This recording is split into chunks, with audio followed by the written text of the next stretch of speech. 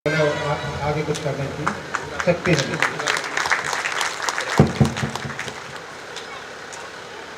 हमारे मऊ के जिलाधिकारी अरुण कुमार जी, मऊ के पुलिस अधीक्षक अविनाश पांडे जी, मऊ के पीएफओ चिंतन डबरियाल साहब, गोरखपुर से आए हुए हमारे कंजर्वेटर फॉरेस्ट चोपड़ा साहब, मैं आपका नाम मुझे ध्यान नहीं आ रहा था, है ब्रह्मा, मैं कैसे बोल सकता हूँ, हरि ब्रह्मा जी, आसाम के हरि ब्रह्मा जी। मैं जब आपसे परिचय हुआ तो मुझे ध्यान आया चीफ इलेक्शन कमिश्नर का है, जो ब्रह्मा विष्णु महेश रैंक के उसके। Thank you Brahma ji. और हमारे मुख्य विकास अधिकारी वर्मा जी, यहाँ पे हमारे परिवार के सदस्यगण, यहाँ हमारे आसपास के आए हुए तमाम सारे सम्मानित भाइयों बहनों, हमारे उत्तर प्रदेश की एक संस्था के आप भी राजन राम प्रकाश जी, हमारे एमडी साहब, आप सारे लोगों का आज यहाँ पे कटघरा शंकर के शहीद स्मारक के, बैठ लीजिए वर्मा जी, बैठ लीजिए, शहीद स्मारक के भूमि पूजन के अवसर पे आप सबका मैं बहुत बहुत अभिनंदन करता हूँ। इस समय पूरा देश आज़ादी का अमृत महोत्सव मना रहा है। मार्च 2021 से लेकर लगातार मार्च 2023 तक एक ऐसा काल है जबकि पूरा देश देशभक्ति में डूबा हुआ है। तमाम सारे ऐसे कार्य पूरे देश भर में चल रहे हैं जो हमें याद दिलाते हैं उन तमाम सारे लोगों का जिन्होंने हंसते हंसते अपने जान कुर्बान कर दिया, इसलिए कि हम आज़ाद देश के नागरिक बन सकें। ये समय है ये याद करने का कि हम आज़ाद हुए जब 75 साल हो गए, इस 75 साल में हमने क्या उपलब्धियां की और आगे हम अमृत काल, जिसको माननीय प्रधानमंत्री जी ने संज्ञा दी है कि जब हम आज़ादी का 100 साल बनाएंगे 2047 में, तो हम कहाँ होंगे। हो सकता है आप सबके बीच में से वो तेरे लोग न भी रहें, लेकिन आज आप सोच तो सकते हैं। भगवान ने आपको वो बुद्धि दी है, आपको ये शक्ति दी है कि आप अपने आप को आज से 25 साल आगे ले जा करके देख सकते हैं कि हमारा देश कहाँ होगा। जो जहां आप सोचते हैं वो जहां पे हमारा देश होगा, वो देश को ले जाने की जिम्मेदारी हमारी है, क्योंकि आज हम उस स्थान पे हैं जहां हम उस कार्य को कर सकते हैं। कोई भी देश वहां के भूगोल से नहीं बनता, वहां के नदियों से, पेड़ों से, पहाड़ों से, जमीन से, वहां की खनिज शक्ति से नहीं बनता। कोई भी देश वहाँ के नागरिकों से बनता है। वहाँ के नागरिक अपने देश के बारे में क्या सोचते हैं, क्या कर गुजारने का वो संकल्प लेते हैं। तो ये समय है आज़ादी का अमृत महोत्सव में एक संकल्प लेने का कि हम अपने देश को 100 साल जब आज़ादी को मना रहे होंगे 2047 में, हम कहाँ लेके जाएंगे अपने देश को। और उसी के लिए उन तमाम सारे शहीदों को याद करने के लिए पूरे देश में तमाम सारे कार्यक्रम हुए। आपको ख्याल होगा, आपने पढ़ा होगा 1942 का आंदोलन, भारत छोड़ो आंदोलन। एक बार एक मुंबई से महात्मा गांधी की वहाँ पे जो कांग्रेस की बैठक हुई, वहाँ से एक आह्वान किया गया, तब जबकि पूरा विश्व में दूसरे विश्व युद्ध के साथ जूझ रहा था और ऐसा लगा कि अंग्रेजों के साथ बहुत कुछ करने के बाद वो शायद हमारे देश को छोड़कर नहीं जाने वाले होंगे।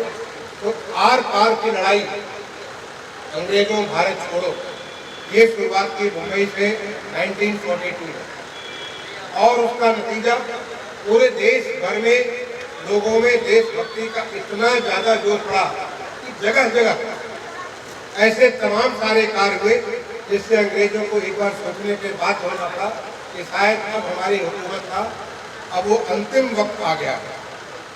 और उसी भारत छोड़ो आंदोलन में मैंने बचपन में अपने पिताजी से सुना था। मेरे पिताजी बताते थे कि जब अंग्रेज साहब बहादुर इस सड़क से गुजरते थे तो लोग अपने घरों में घुस जाते थे, लोग भाग जाते थे। अभी आप एक पूरे प्रदेश के सिविल सर्विस के मुखिया मुख्य सचिव के आमने सामने आप मुझसे बात कर रहे हैं, तमाम सारे लोग मेरे सामने अपना एप्लीकेशन लाते हैं कि ये एक आजाद भारत है, गणतांत्रिक भारत का ये ताकत है जिससे हर कोई तक पहुंच सकता है। नहीं तो अंग्रेज साहब बहादुर, अगर छोटे से अंग्रेज साहब बहादुर, मेरे पिताजी कहते थे बचपन में कि जब कोई यहाँ से निकलता था इस सड़क से तो लोग अपने घरों में घुस जाते थे, कोई खिड़कियों से देख सकते थे, अपने सड़क पर नहीं आ सकते। इतना भय का वातावरण है और उस भय के वातावरण को तोड़ने के लिए, उस ताकत को तोड़ने के लिए हमारे देश में 1942 में अंग्रेजों भारत छोड़ो ये संकल्प लिया और अंग्रेजों को खदेड़ करके बाहर किया। 1947 में उनको यहाँ से छोड़ करके भागना पड़ा और हमारा देश आजाद हुआ। और उस 42 के आंदोलन में मेरे पिताजी बचपन में हमें बताया करते थे कि कैसे यहाँ पे शहीद स्मारक, यहाँ पे शहीदों ने, आपने मौजा को यहाँ पे देखा होगा, मेन रोड पे मौजा है, वहीं पे तमाम सारे अंग्रेजों के साथ लड़ाई हुई और उसमें हमारे लोग शहीद हुए, जिसमें उनका नाम यहाँ पे सामने लिखा हुआ है। वो लोग चाहते तो वो भी भाग जाते, लेकिन उन्होंने मोर्चा लिया और मोर्चा लेकर के शहीद हो गए। अब हमारी जिम्मेदारी बनती है कि हम उन शहीदों को याद रखें। उनको याद रखने के लिए यहाँ पे एक शहीद इंटर कॉलेज बना हुआ है, यही बगल में एक शहीद डिग्री कॉलेज बना हुआ है उन शहीदों के नाम पे, और ये स्मारक बना हुआ, भगवान में भी एक स्मारक बना हुआ है, ताकि हम जब भी यहाँ आए हम एक बार महसूस करें कि ऐसे भी लोग हैं जिन्होंने अपने आप को कुर्बान कर दिया इसलिए कि हमारे आने वाली पीढ़ियाँ सुखी रहें, हमारे आने वाली पीढ़ियाँ उस त्रासदी से जो अंग्रेजों के वक्त में थी उससे मुक्त हो जाए।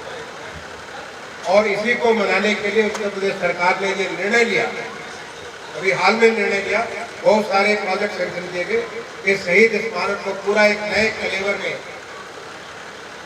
इसको बनाया जाएगा, जिससे पूरे क्षेत्र के लोग आए और यहाँ पे शहीदों के मज़ारों पर लगेंगे हर वर्ष मेले। वतन पे मरने वालों की यही बाकी लिखा होगा, यहाँ पे आए और उसको याद करें। जिस काम को दिया गया है, हमारे एमडी साहब है, एक कोऑपरेटिव की कंस्ट्रक्शन एजेंसी है, राम प्रकाश जी, आपकी पूरी टीम यहाँ पे मौजूद है। और मैं आपसे निवेदन करूंगा कि अभी मैं आपसे यही देख के कह रहा था, आपने कोई समस्या बताई कि यहाँ पे पानी बहुत लग जाता, तो उसका सबसे आसान तरीका, हम इंजीनियरिंग करते थे और इंजीनियरिंग में एक तरीका होता है, उसको कहते थे डोंकी मेथड। मैंने डोंकी उस काम को करेगा पक्का सही होगा, और वो मेथड था कि इसको 1 मीटर पानी मिट्टी उठा दीजिए ताकि यहाँ का पानी दूसरे तक चला जाए। लेकिन हमें कहा जाता था कि अब आप IIT के इंजीनियर हो, आपको डोंकी मेथड नहीं करना है, बल्कि आपको इंटेलिजेंट मेथड करना है। आपको नए सोल्यूशन ढूंढने, और नया सोल्यूशन अभी आपसे बात करके मैंने आपको तरीका बताया कि यहाँ पे वाटर कंजर्वेशन का आप स्ट्रक्चर तैयार करेंगे। उस वाटर कंजर्वेशन के स्ट्रक्चर से यहाँ पे चाहे कितना भी पानी बरसे, सारा का सारा पानी धरती माँ को, जो हमारी शरीर में जैसे नसों में खून बहता है, वैसे धरती माँ के शरीर में एक्विफर्स कहते हैं, उसकी नसें होती हैं, उसमें पानी बहता है, तो उसको सीधे सीधे रिचार्ज करेंगे, आसपास का पानी का लेवल भी उठ जाएगा। यहाँ से नाली से हम पूरा ड्रेन ऑफ कर देंगे और एक बड़ा अच्छा सोल्यूशन निकल जाएगा जब इस काम को कर सकते। यहाँ से आपसे मैंने चर्चा की, जैसे आप सारे लोग आए, आप ये सोच रहे होंगे कि आखिर ये है कौन सही, किसका सही, किसका शहादत, किसने शहादत दिया, क्यों शहादत दिया, कब शहादत दिया। मुझे तो याद है कि मुझे बचपन में मेरे पिताजी बचपन में जब इधर से लेके जाते थे, बोलते थे कि देखो ये मौजा है, यहीं पे लोगों ने शहीद शहादत दी। लेकिन उन बच्चों को नहीं मालूम और आने वाले समय को भूल ही जाएगा। तो इसलिए जो हम इसका जो बनाएंगे, एक मल्टीपर्पज हॉल बनाएंगे, वहाँ पे उनके बारे में हम लिखेंगे। और मैं तो ये भी चाहूँगा, कलेक्टर साहब से मैं अनुरोध करूँगा, ये साल हमारे लिए बड़ा खास साल है। आज़ादी का 75वां साल हम आज़ादी का मनाने जा रहे हैं, 15 अगस्त को मनाने जा रहे हैं। हर गांव में हम अमृत सरोवर बनाने जा रहे हैं, हर गांव में हम अमृत वन बनाने जा रहे हैं। मेरे गांव में भी बन रहा है अमृत सरोवर, कल हम उसका शुरुआत करेंगे। हर गांव में माननीय मुख्यमंत्री जी ने निर्णय लिया कि हर गांव में अमृत सरोवर बनाएंगे। जो हम इसका कर रहे हैं, तो साथ ही साथ हम पूरे आजमगढ़ के जितने भी शहीद हैं, जाने अनजाने, हम नाम तो कुछ लोगों का जानते हैं, लेकिन आप जानते हैं जब लड़ाई लड़ी जाती है तो केवल जनरल मानेक शाह नहीं, क्योंकि मानेक शाह के पीछे हजारों संख्या में हमारे सैनिक होते हैं, जो हमें 71 की वॉर की वो मोमेंट देते हैं जब एक साथ दुनिया का सबसे बड़ा 1 लाख लगभग पाकिस्तानी सेना उनके सामने आत्मसमर्पण अपने हथियार डाल करके हाथ खड़े कर दिए। जनरल मानेक शाह को थे भी नहीं। जनरल मानेक शाह उस समय पटना के पास दानापुर में अंडरग्राउंड वहां से कमांड कर रहे थे। वो हमारे फील्ड मार्शल बने, लेकिन जनरल मानेक शाह के पीछे हजारों की संख्या में हमारे सेना के जो तमाम सारे लोग थे उस लड़ाई को लड़ रहे थे। ऐसे ही जो हम आज़ाद हुए, आज़ादी में हमारे जानने वाले तो हम गिनेंगे, जो गिने चुने तमाम सारे लोग हैं जिनका नाम हम किताबों में पढ़ लेते हैं, लेकिन उनके पीछे ऐसे हजारों लोग हैं जिन्होंने अपनी नौकरियां छोड़ दी, अपना काम धंधा छोड़ दिया, लग गए तो पूरी तरह से। राम प्रसाद बिस्मिल, अभी हाल में मैं शाहजहांपुर जाने का मौका मिला मुझे। राम प्रसाद बिस्मिल आपने शायद देखा भी होगा, मैं उनकी पिस्टल जो है वहाँ के म्यूजियम को मैंने मिली, तो पिस्टल को मैंने म्यूजियम को दान किया। तो ऐसे तमाम सारे लोग, ये जो शहीदों के मैदानों पर लगेंगे हर बरस मिले, ये शहीद राम प्रसाद बिस्मिल की लिखी हुई कविता है। ऐसे तमाम सारे, भगत सिंह, चंद्रशेखर आजाद, ऐसे लोगों का नाम तो हम सब जानते हैं, लेकिन उनके पीछे वो हजारों की संख्या में लोग जो थे उनको हम भूल चुके हैं। और उन सब की कहानी बहुत ही प्रेरणादायी है। उन सब की कहानी हमारे नसों में पूरा का पूरा ओजस, पूरी ताकत भर सकती है। हम देशभक्ति का एक बार हम सोचेंगे कि अगर वो अपने देश के लिए ये दे सकते हैं तो हम अपने देश को क्या दे दें, जिससे कि हम 2047 में जब आज़ादी का 100 साल मना रहे हो तो हमारा देश दुनिया का सिरमौर हो। सिरमौर था भी पहले, ज़्यादा पहले नहीं, आज से कुछ अगर आप 700-800 साल पहले जाएं तो दुनिया की सबसे बड़ी अर्थव्यवस्था भारत की थी। दुनिया में भारत का वो स्थान था जिसके बारे में कहते थे, गायन देवा किलगे कहानी धन्या भारत में भागे स्वर्गा पवर्गा हेतु देते।